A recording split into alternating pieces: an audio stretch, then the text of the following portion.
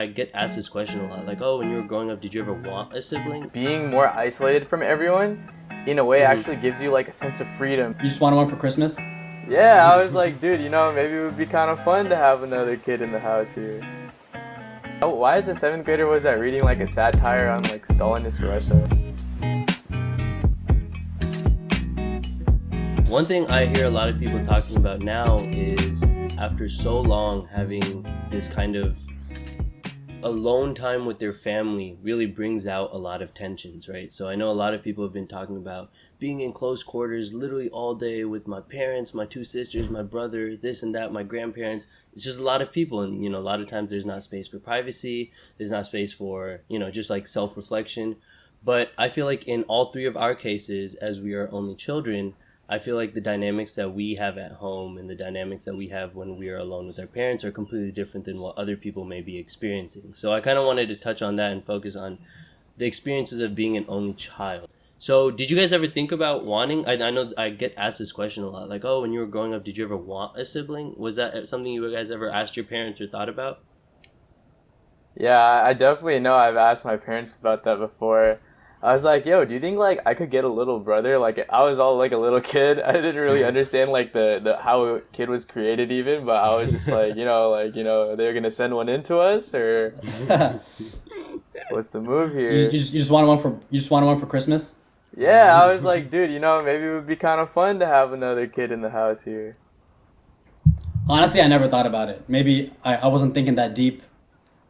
I was a very naive child. I was just cool. Yeah. What about you, Gautam? Did you ever think about that?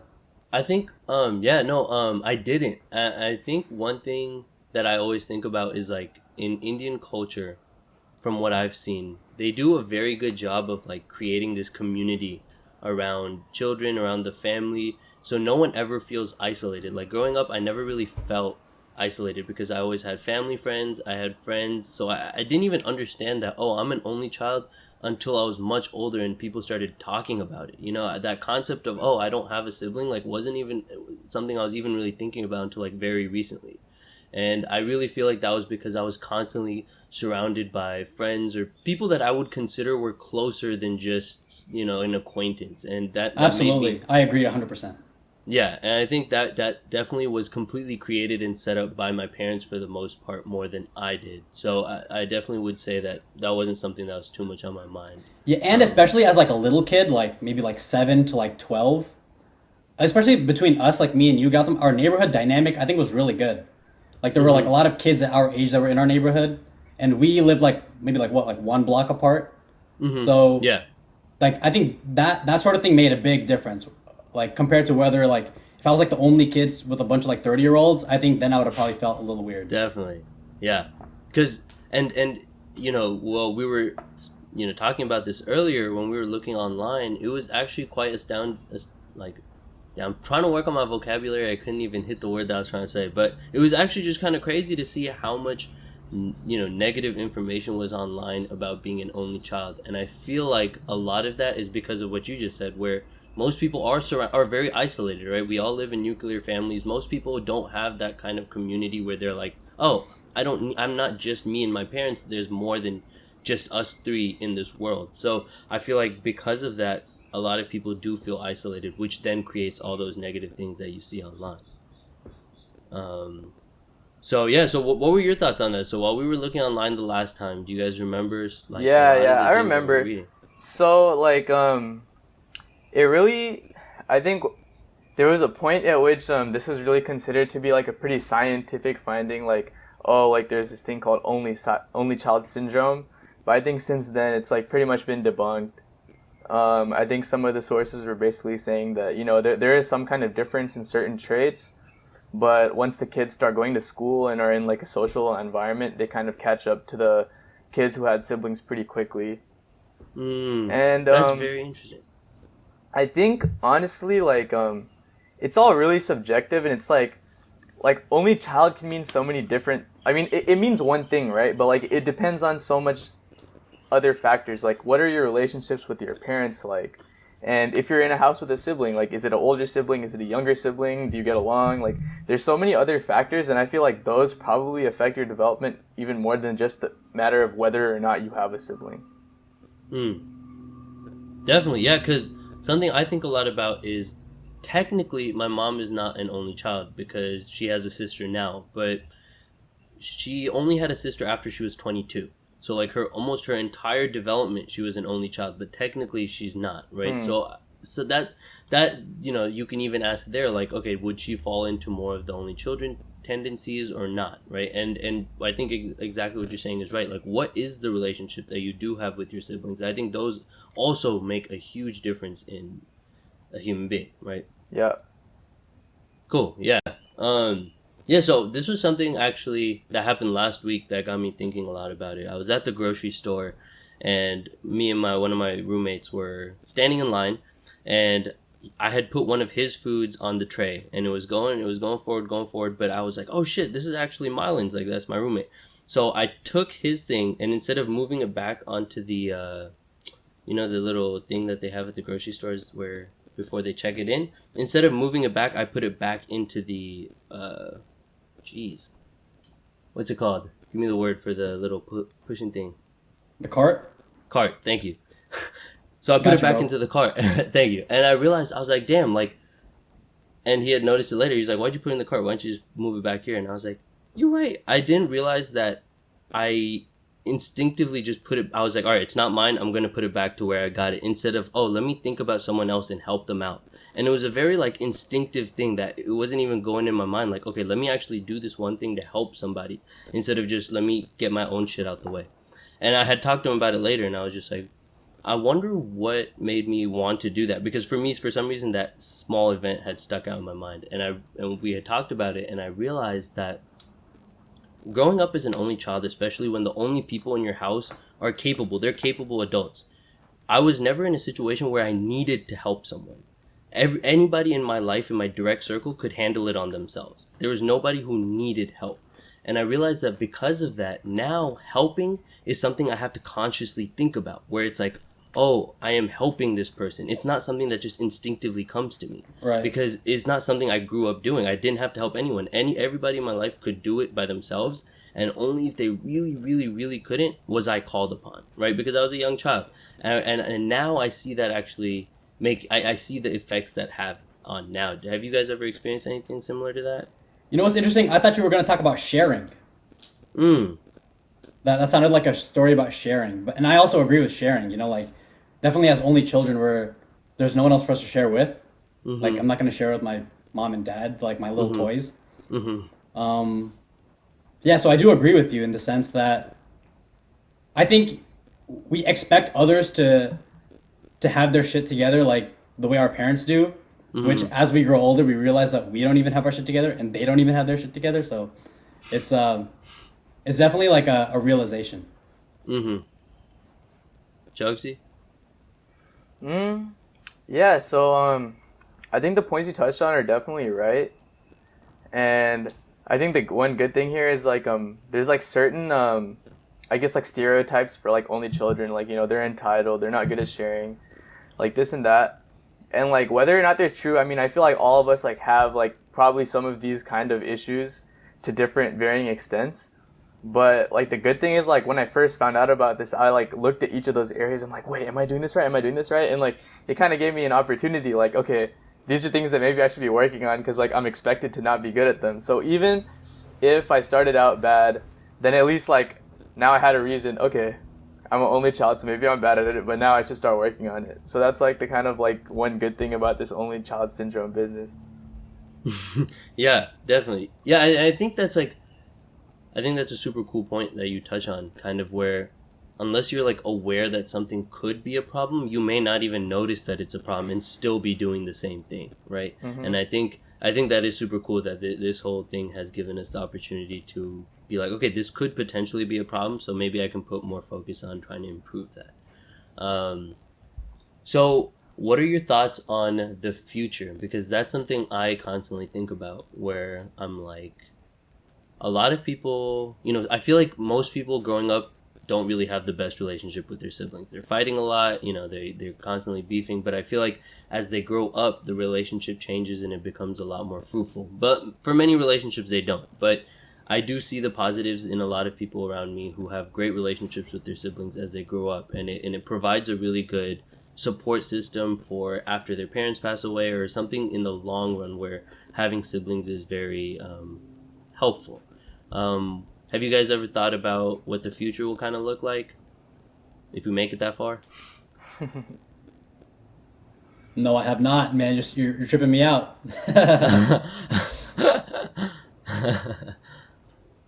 But yeah, sorry, continue.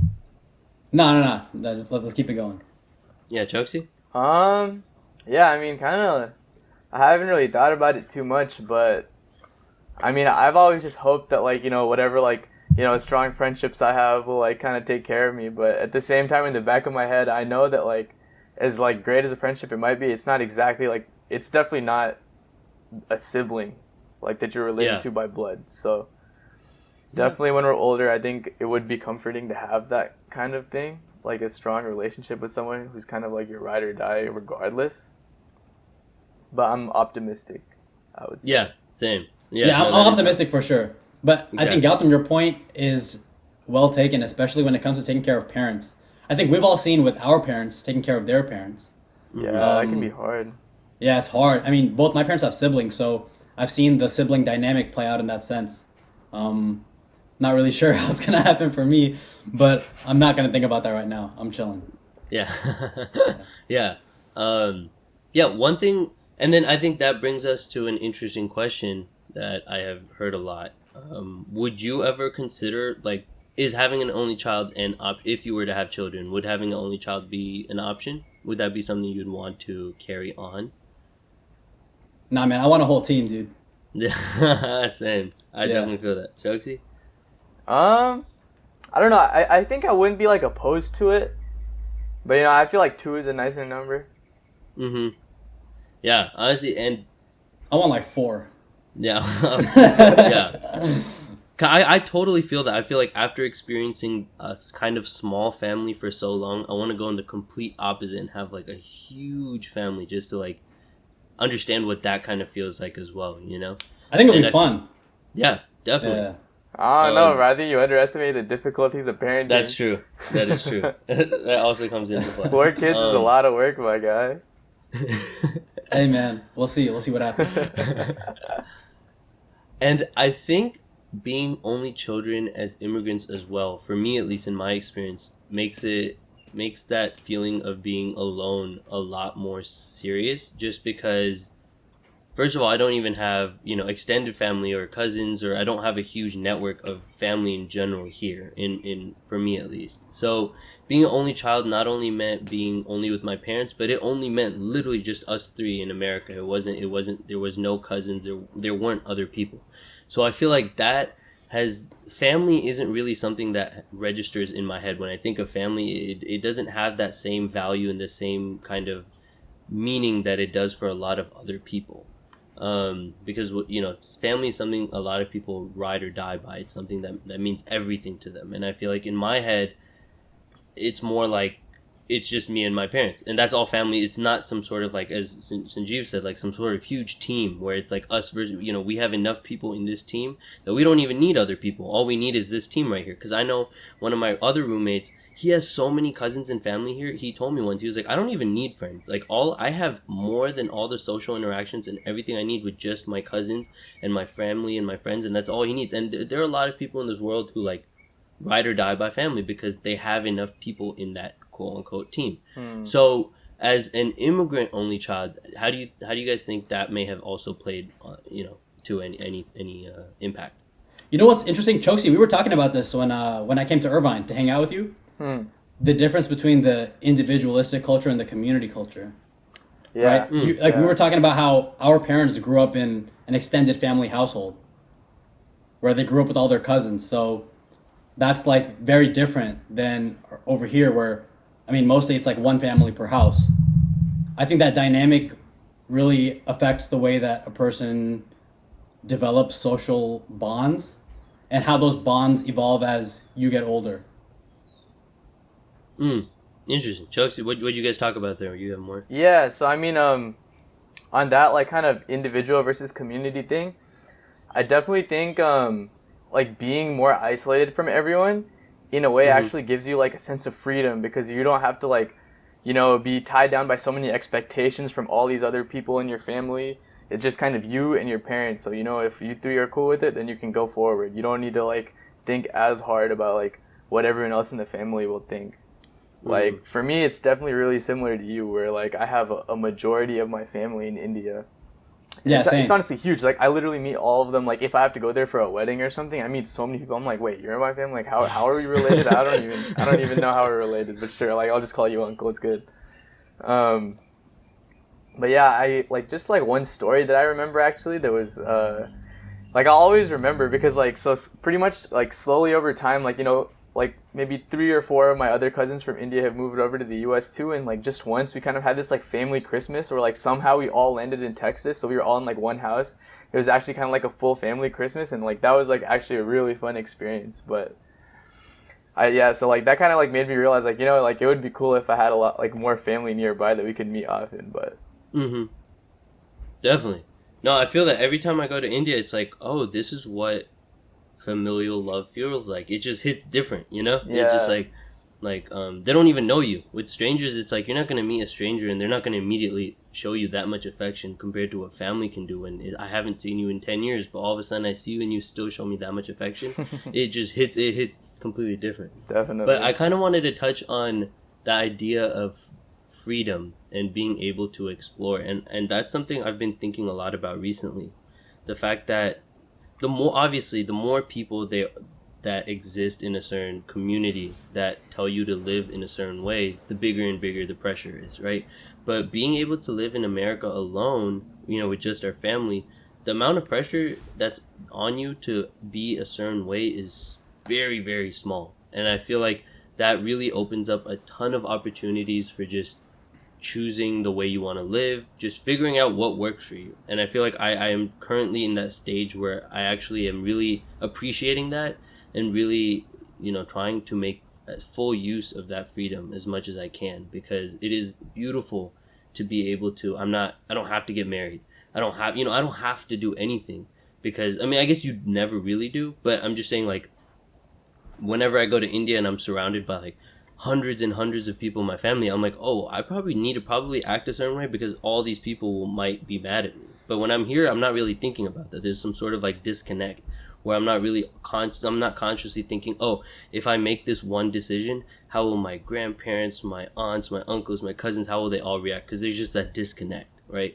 So I think that freedom is something that being an only child, on top of that being an immigrant, has given me, and I'm very appreciative of that fact.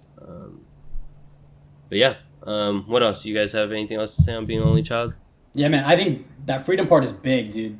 And I think probably the three of us, I mean, knowing the two of you, I think we all put a lot of emphasis on having freedom. Like, having to conform to what some, like, rando in India says about us is, like, I don't know. It's, like, it's not a way that, I don't think the three of us can live our life that way. And I think, like you said, you know, not having much family here, that allows us to be exactly who we want. And we're free to make our own choices, which I think is a huge plus. Definitely. Choke? Yeah. I think that pretty much covers it. Yeah. But... yeah, I wanted to also just move on past being an only child and just talk to you guys a little bit more, see what else you guys have to offer. What's something you guys have been thinking about recently? You guys read any good books recently? I actually just started, I'm like maybe like a third of the way through Animal Farm. The George Orwell book? Yeah, the George Orwell book. I actually read it for the first time in like 7th grade. It was like part of my curriculum in school. Like, I'm like thinking back, I'm like, why is a 7th grader was that reading like a satire on like Stalinist Russia? Like, was that really like something I could grasp? But I mean, I did have like a really awesome literature teacher who like kind of broke it down for us. But yeah, that's definitely something that's been on my mind recently, is like revisiting old books and like seeing what I kind of get out of them now, because I'm like definitely like a totally different person I was like 8 years ago, 10 years ago, and like that's when I read some of these books and I actually liked them at the time. So I think recently that's been something on my mind, giving them a second shot. How has it been hitting different now that you think if you read it for the first time it would be different than? It's actually like as I'm reading it again, I'm realizing it's actually like written in a really simple way. So like I can see why it's not the worst book for a 7th grader to read, and I think that's like really like kind of the beauty of this book is like, I mean, so if you don't know about the book, it's kind of like it's a satire on like communist Russia, and it's just made in the setting of a farm. So like, you know, like the pigs are like the smart ones who are like organizing this whole rebellion against the farmer, and like the cows and chickens are like more stupid, so like they listen to what they do. The horses do a lot of the manual labor, and like you kind of see how this like, it starts with this really great like patriotic notion, like, oh yeah, animals are all brothers, and like the humans are oppressing us, they're the only reason why we're like not happy. And at first it's all happy and fun, but slowly it just degenerates more and more into just another type of like fascist kind of world on the farm. But it's written in a very simple way, you know, like in the frame of cows and chickens, instead of like, oh, this Bolshevik party, this party, that party. It's a lot easier to kind of like see these like simple little things that kind of lead to the downfall. That is super cool. Yeah. Sanjiv, you've been reading anything? I just read this book called Excellent Sheep. I thought it was really good. It's about how, like, all these big schools, like, you know, like really good schools that we all went to, like how they treat us to turn you into a sheep and not actually into a thinking individual thinker. Yeah. I thought that was a really, really good book. I recommend. Really? What Did were you like finish some of it? the big points that you got out of it?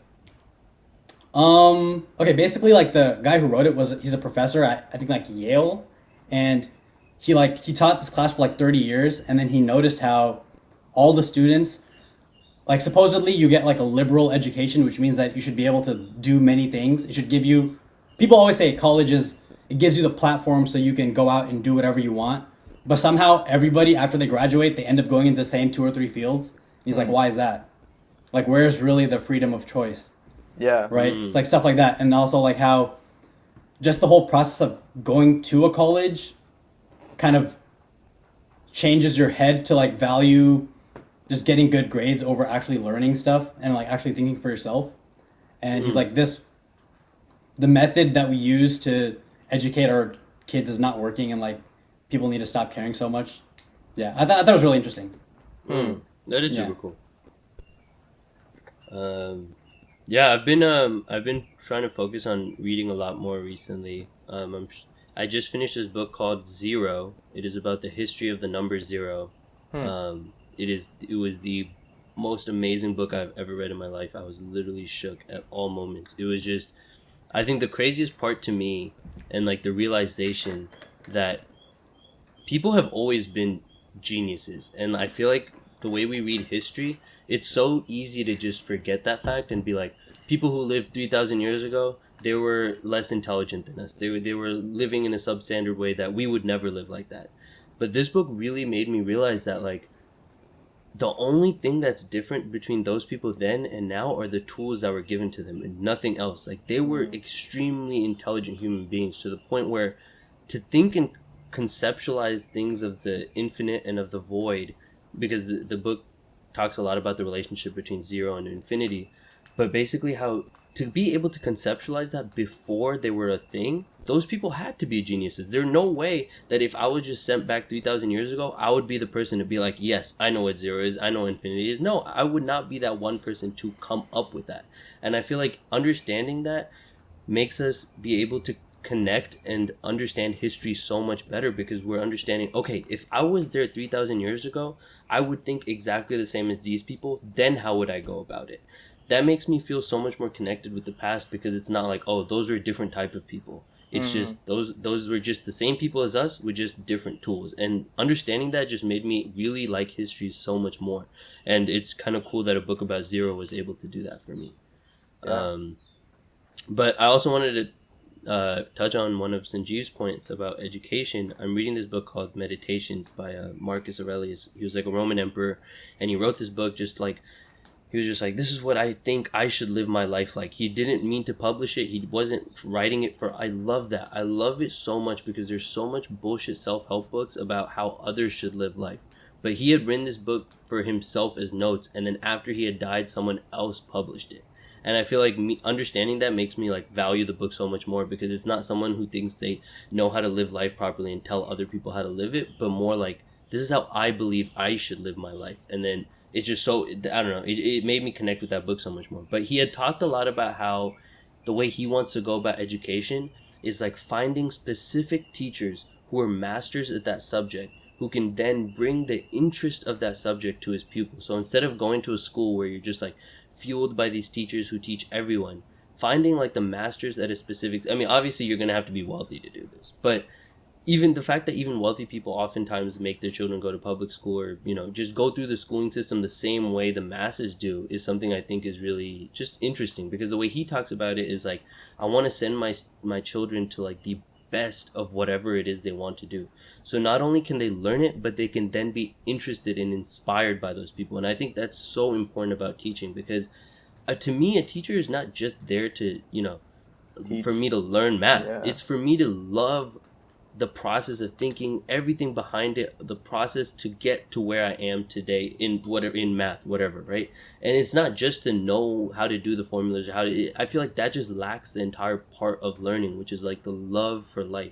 So no matter what you're learning, like through that, you should also be able to appreciate learning itself. And I feel like any teacher who can do that has accomplished teaching. And I don't feel like universities do that. I don't think schools do that. I have not been to one teacher who made me appreciate learning, you know? And I feel like there's a few. I mean, honestly, there has been like 2 or 3, but I think that is one of the biggest things. What are your thoughts on that? Yeah, I think you're totally right. And honestly, I think one place where you can really see that in action is actually in high school, where like, you know, there's certain teachers that were like really good at teaching. Like I came out of the class knowing a lot more, but you know, if it was like stressful, it was tough, it didn't really make me enjoy the matter at all. And there was other teachers that, you know, they might not have had the most rigorous curriculum, but they kind of helped inspire me to enjoy the thing a little bit more. They really kind of made a good environment for you to like something. And that, I think, influenced me a lot in like the field that I ended up wanting to go into, what I liked, what I thought I didn't like, even though maybe I would have liked it in a different case. So I think it's huge to have teachers who are able to make students comfortable and enjoy the matter, even more than like someone who might like make you like some super genius but hate the subject. Mm-hmm. Yeah, I don't think I appreciated learning until I got to college, to be honest. K through 12 to me, I don't know. I think learning, it really just depends on the student. Like the student has to be in the right frame of mind. Have you guys watched the movie Good Will Hunting? You know how there's like the Robin Williams, the guy's the teacher? Mm-hmm. Like even if I had like that guy, the Robin Williams guy, when I was in like 10th grade, I probably wouldn't have listened to him. Mm-hmm. I would have just like messed around and, you know, wanted to like have fun with my friends and probably sleep in class, you know? But if I had the guy in college, I was in a different frame of mind. I was like, my mind was more open to like learning stuff. I think it all depends on the student. And I think each student gets to that place at a different time, depending on what they're trying to get out of it and what their motivations are. I feel like high school, maybe this was just my experience, it felt too much like a game. It was like a game and you had to game the system and you want to like win the game, which is like, it's like complete bullshit, right? Like now that we think about it as college graduates, like we have a life of learning ahead of us, right? So there's no game to be won. But that's how it seemed to me in high school, and that's why I didn't really prioritize learning. I more prioritized playing the game. Yeah, totally. I think, and especially like growing up in Fremont, where this thing is just like hyper competitive, that game is ever more important. Mm-hmm. And I wasn't even thinking about it in terms of the game then, but now as I think back, like that was like my underlying motivation for why I even went to school in the first place, which is like so backwards. Mm-hmm. Definitely. Yeah. I would say, I mean, I think I wouldn't want to speak for all three of us, but I feel like a lot of us have, you know, been through very similar where once we hit college, it was like all of a sudden learning became really cool. And it was something that I wanted to. And I think the thing that shifted me into that state of mind was that I realized that I wanted to learn to improve the way I lived. And I realized that I could do that through everything I learned, whether it was through computers, whether it was through math, whether it was through science, whether it was through philosophy, it doesn't matter. I realized that in every single subject, there was at least one thing I could get that would help me live better, who would understand what it even meant to live better. And more than that, it just gave me things to be just inspired by. I remember reading this one book about it was the Stephen Hawking book about like a brief history of space. Until I had read that book, I would look at the sky and feel nothing. There's nothing for me to be interested in. But as soon as I read that book, every time I looked up into the sky, I knew I could think back of at least one fact that made me very interested in just living. I remember I was tripping on shrooms, and one of my friends, or one of the dudes I had tripped with, he was like a geologist. And until he had like enlightened me with all those facts about rocks and the way time plays on rocks and just all those things, I would look at a bunch of mountains and things and feel nothing. They weren't that interesting to me. They didn't make me feel excited to live. They didn't give me that like, I'm so amazed, I'm so fascinated, until he had told me that information. And I realized that knowledge and things can just improve the way I live. And as soon as I picked that fact up, I wanted to learn as much as I could. Just learn, because it helped me be happy, and it helped me. It made me believe that I could use this to find a better way to live. And as soon as I understood that, I think learning just picked off. But what do you guys think was the moment where you were like, you said it was in college, but what do you think it was in college that made you realize maybe I'm looking at education the wrong way? Man, honestly, I couldn't tell you the specific moment, but I do think there's something very different about the college environment than the high school environment. Mm-hmm. And I think another big thing is the fact that you don't have to be there in college. Very true. I think that, man, the high school environment is so backwards, man. Like, you go to school from 8 to 3 and you're expected to like focus like 8 hours straight. I mean, nobody does that. Yeah. And then you're supposed to come back at 3 and then do your homework. I mean, I don't know. It seems a little bit like concentration campish. I mean, I don't know. I don't want to like use that word like very loosely, but it's like, I don't know. It's not very conducive to learning. I mean, I think if you spend like 3 to 4 hours and really focus, that's a good day. Yeah. Yeah. No, you're right. Honestly, I think the choice, and as well like the way that school is set up. I mean, they've done a ton of studies on adolescents just literally needing to sleep later. Like, a part of just being an adolescent is not being able to sleep at 9:30 or 10 or 10:30, whatever time you need to sleep to be able to wake up at 8 and have a good night of sleep. Adolescents just are not capable of doing that. So having school start at 8 is just ridiculously early. You got to wake up at 7 if you're taking the bus. You got to wake up at 6:30. And that's just stressful, man. You got to get there on time. Like, how many adults wake up at 6:30? You know what I mean? Like, not a lot. So I think literally just like that model is old now. I don't know when they started doing that. I'm guessing the 17, 16, 1800s. It's been a while. Like, I think it is time for a drastic change in the way just school is done. I think you touched on some excellent points. And for me, I mean, YouTube lectures is big for me, dude. I mean, sometimes, man, people talk too slow. Like, I have to speed that up. Yeah. And sometimes I don't get it. Sometimes I don't get it and have to pause. Like, you can't pause in a real lecture. Yeah. Definitely. Yeah, I think moving to this whole quarantine, I think quarantine is really just going to change a lot of the way we look at things, because I mean, one of my family friends, actually, she's about to go to high school, and they just sent the email out. Like, what should we do for high school? Should it be at home? Like, can you think about that? Like, when I think about high school and middle school, the only enjoyable part for me was seeing my friends, lunch, recess, all the fun parts of it. Yep, absolutely. If you take all of that out and only leave the math and science, people will hate school. Like, it is going to lead to a generation of kids who do not want to learn at all. And I think it's going to lead... It's just going to suck, you know?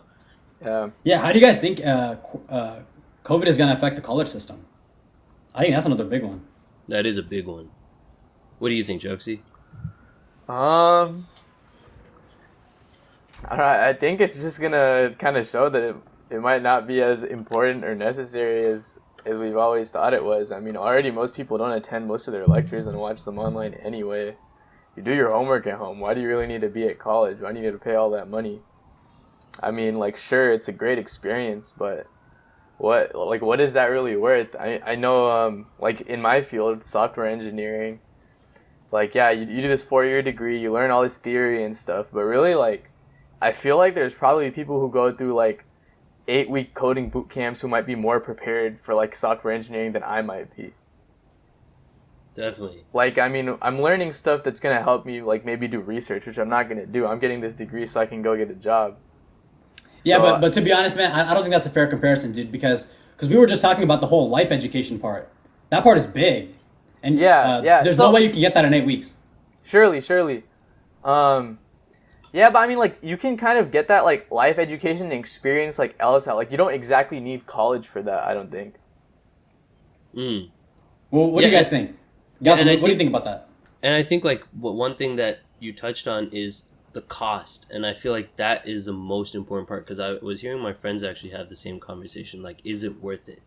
But I think the worth it part comes not in the college's fault, but, like, literally in the tuition part. And I think how much, like, I would never, like, say anything about the last 4 years and take away from anything about those. The only thing I would change is, like, the cost of it. And I feel like however much each school, like, private schools are 70,000, like, public schools 30,000. That's just so much money, especially if you have multiple children. Like, people just don't make that much money to be able to afford that. And it's like, for the amount of debt that you're going to be in for the rest of your life, is it worth it for that? I would say no. But is college worth it if you take the money out of it? 100%. I think everyone should go through. I think it teaches a lot, and I think it's very important. But the money then does play a huge role. So I don't know. I mean, obviously no one 100% knows, but I think it would be interesting to see how it changes, or how many people value education the same after quarantine. What about you, Sanjiv? Yeah, you know, it's interesting. I was talking to my dad about this, about how, like, most classes are going online, and I was telling him, like, man, if I was a high school senior, I would just go to community college. And he's like, yeah, that's what you say now, but there's no way as a 12th grader you would sign up for that. Like, you would want to go, even if it was online. So what do you guys think? If you guys were high school seniors right now, I mean, knowing your 18-year-old self, what do you think? Would you go to community instead, or? I think I would still go to college, to be honest. Yeah, I would. Really? Too. But we just talked about cost. But you said our 18-year-old self, you know? Yeah. Okay, but what about your 22-year-old self? I would 100% go to community college. Yeah, me too. Yeah, me like, too. I mean, Definitely. You know, like, 100%. Yeah. And I think in general, like, especially if I feel like, and this is something that's super important, that your brain just develops. You're not done developing your brain until you're 25. So the person that I am at 18 is for sure not thinking as rationally as the person I am when I'm 22. And I'm not thinking as rationally as I will be when I'm 25. So for me to make such a big decision on what do I want to study, where do I want to go, do I even want to go to school at 18 just also seems kind of ridiculous to me, because I'm not capable of making that decision. But thinking about it now, especially if I feel like I could have done much better, I wish I could have gone to community college. Maybe I could have found something I liked more. Maybe I could have gone to, you know, a more, I don't even know if better is the right word, but, you know, a better university. And now thinking about it, it's like community college was provided as such a second option. But I feel like I should have valued that option so much more when I was, you know, graduating. What do you guys think? Yeah, it's actually funny. So, like, I was talking to my dad about like going back to get a master's degree, and like one of the points he told me is like, you know, I think it would be pretty smart for you to like maybe get like a year or two of work experience before you go back, because then you'll have a better sense of like what you like. And it's just so funny that like that's only like the rationale for a master's, but for bachelor's degree you're just gonna run in and, you know, just do some guesswork and hope that you like it. True. Yeah, man. I mean, the decision to go to college was made for us already. It was like made by society. Definitely. Yeah. Yeah, that is a very interesting point. Yeah, because, yeah. And on touching on public school and private school, I did want to actually ask you a question, Choksi, because you're the only one who experienced a lot of time at a private school. Yeah. Can you talk a little bit about how your experience was there and how you think it would have been different if you went to a public school? Sure. I think definitely I was a little bit more of, I think I enjoyed learning a little bit more. Like, I think earlier than you guys are saying, like, you went to college and then you started to enjoy it.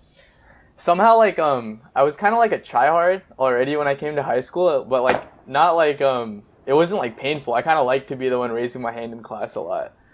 So that was the one thing. But I was definitely a couple of years behind in terms of like socially, like talking to girls, not being hella awkward, dressing. Like I had a uniform. I was wearing a uniform from kindergarten all the way up to 8th grade, right? And like my mom would pick out my clothes at home. I'd just be wearing sweats and stuff. Like I had no sense of, oh, what should I be wearing? It's a really sheltered environment, and it's also like, I think they definitely push like a certain ideology onto us. So like my private school, which was Challenger, they had like very libertarian ideals, and it was actually pretty funny. Like they wanted to gauge how well they were doing, so they would actually give us this like quiz once a year, and they would ask us a bunch of these like political, economic type questions. Like, okay, if you wanted to, what would you like more? A bike that you worked hard and like used your own money to buy, or a bike that your uncle bought for you, right? Like they would put a bunch of questions like that, and then they would want, there was the dolphin party versus the porpoise party, and I think it was like the porpoise party was the one that they wanted us to answer, and the dolphin one was the ones that were all the wrong answers. So like at first, like, you know, we were hella honest about it, but like, you know, once you're older, we kind of caught on to like their whole little like agenda. So we would just all start putting all the wrong answers on purpose.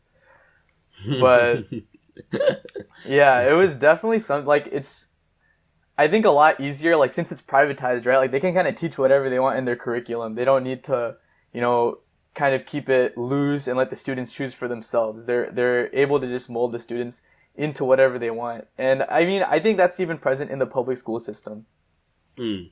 That's true. And I think you're very right, because when you think about charter schools and private schools, you don't have to follow the syllabus that, you know, California really provides for you. You can kind of teach your own thing. And I think that gives, it could go in a very positive or a negative way based on how you look at it and based on what school you go to. Yeah. You know? That's cool. But I feel like you were speaking a lot more very specifically about Challenger more than private schools as a whole, because I'm not sure how socially awkward. Yeah, no, for sure. Like I can't really speak on other schools' experiences, but this is, I guess, just my personal take on like what I went through. Okay.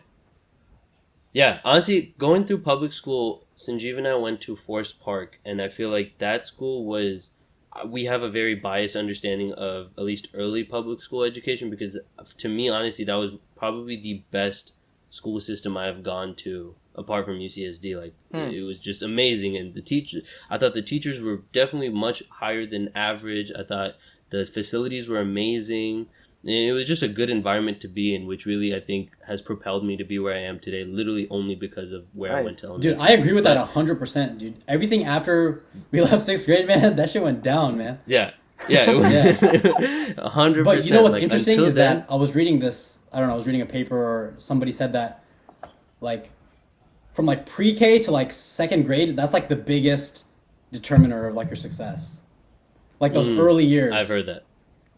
It's really about those early years. Like, once that foundation is set, everything else after that, it's like the chance of like life failure like drops significantly if you had a good pre-K to 2nd grade education.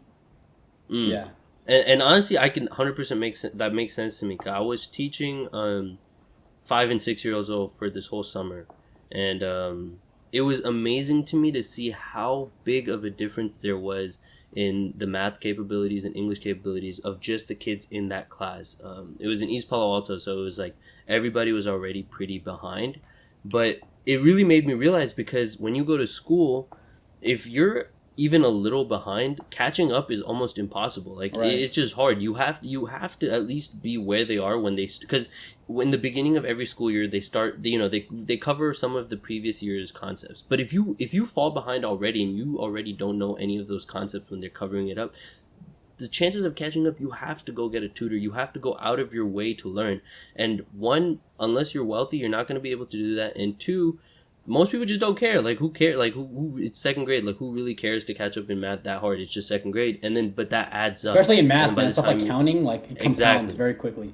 Oh, yeah. Very, like, if you don't get your multiplication tables until you're, like, in the 4th or 5th grade, which for a lot of people do, or, like, never, that just puts you behind for who knows how long. And so it really is, and especially reading. Honestly, reading is huge. Like, I didn't understand how important reading was, and I'm so glad I read until 5th or 6th grade or whatever when I stopped reading. But if I didn't read any of those times, the amount of knowledge, creativity, words that you just miss out on is huge.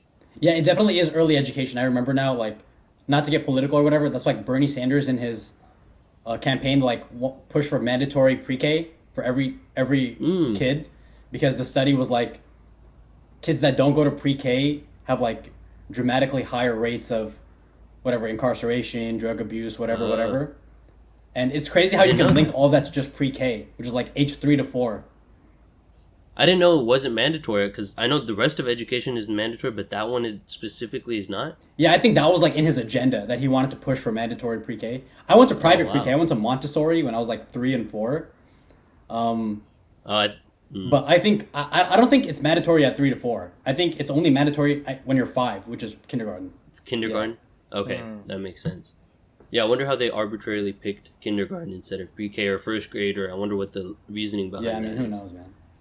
Yeah, who knows? Yeah, but yeah, no, that's super cool. I think I always love talking about education because it's a one constant that's been there until literally a couple months ago. You know, it's the one system that we've been part of literally our whole life since we were born. That's all I remember. All I can remember is school, and the fact that it's such a huge impact on all of our lives makes it a very important thing to focus on, because if it wasn't for school, I don't know who I would be right now. You know, if I had all that time I'd spent in school doing anything else, like, I have no idea who I would be, you know? And it is something that we are kind of forced to be in. So I think it is something that we should definitely, I feel like I should attempt to make it as amazing as possible for the people who go forward. And I think people don't talk enough about homeschooling. Like, I tutor a kid right now, and for like coding or whatever, and he gets homeschooled, and he goes to school like 4 hours a day. He like learns whatever he wants to learn, and then after that he's just chilling. Like, he goes and he hangs out with his friends and he like plays his instruments and whatever, and he's like extremely sharp. And that's like a very interesting model that I never really considered until like I met this kid. That is interesting. And I know one of the most commonly like the thing that you would usually counter homeschooling with is, but you're not going to have the social aspect of it and this and that, right? But something I always think a lot about is, like, this just ran, but Gandhi actually started his own homeschooling thing, but he was on a farm and he had a ton of kids, so it was like 20 or 30 kids, and he would just homeschool all of them. So even though it was homeschooling, you still had the social aspect of having all those people too, and that's something you can also do, where you don't have to only homeschool 1 or 2 children. You can homeschool all the kids in your neighborhood who are down to learn in that specific way. And I think that would be dope. And I think it comes down back to that book I was talking about, where he talks about having specific mentors and tutors for each subject who will bring that excitement out. And you could homeschool in that way exactly. But yeah, that's super cool. How do you like tutoring? I like it, man. I think it's good. I think it helps your communication, and I think it actually, I mean, I'm tutoring stuff that I'm going to be doing in my job. So I think it actually helps me get better. I think you learn a lot by teaching others. I think that's like... Definitely. That's like big. And just the fact, like, these kids are like very sharp. So like, if you're like bullshitting, they know. You know, like, they may not say it, but like they look at you in a way and they just know that you don't know what you're talking about. So I think it forces you to stay on your toes. And it makes you a better communicator. And, you know, a lot of times, you know, you take a lecture and, like, the professor's just talking all this jargon, and you're like, bro, like, what are you talking about? Yeah. But, like, when it's a high schooler, you have to explain it very simply, and that forces you to be clear in your own thinking. So I think in a lot of ways it's really good, which is why I'm still doing it, even though I have a job. Yeah, nice. Yeah, I feel like we've all tutored, like, back in the day. I know Choksi used to tutor, too, back in the day, right? Yeah, and even actually, like, this year, I did like lab tutoring for data structures and algorithms for a quarter, and that was like a really rewarding experience as well. Nice. Yeah, I think teaching and working on, are you guys pretty patient? I think that's probably my worst skill when it comes to tutoring. I'm working on it, but I'm not the most patient. I could be more patient for sure. Yeah, well, I think for the last thing, I mean, I think I'm decently patient. But I think maybe I'll give like a hint too early. Like, I won't let someone struggle as long, because I'm just like, you know, like, here, just have this tidbit, and then like I'll come back to you in like 10 minutes. Yeah. Like the good thing was I would just be walking around the lab, so I wouldn't be spending my whole time with one person, so I didn't have to be as patient. Like I'd sit with them for like a minute or two, and then if they weren't getting anywhere, I'd just give them a tidbit, and then I just walk to someone else. Yeah, I think my problem is that I give away the answer too quickly. Like if the guy is struggling, I don't like something that I've been working on is asking the right question, like asking the right leading question. I think that's big. Yeah. Instead of just giving him the answer straight up, which is not really helpful to him, you know? Mm-hmm. Definitely. That is very true. Yeah, and learning how to teach is a skill on its own. You know, like you could be a master at a subject and have no idea how to teach something properly. So it's super cool to see that you guys are we're all been working on that. But yeah, I just wanted to say thank you. You guys, it's really nice to always have conversations about this. You guys all brought some really interesting topics. You guys have anything to say? They were good. That was honestly, a lot of fun. Thanks for having me. Yeah, thanks for having me too, man. Course, Just enjoyed the conversation. Nice to always kick it with you guys. Of course, bro. All right, well, Burnin with G. Catch you next week.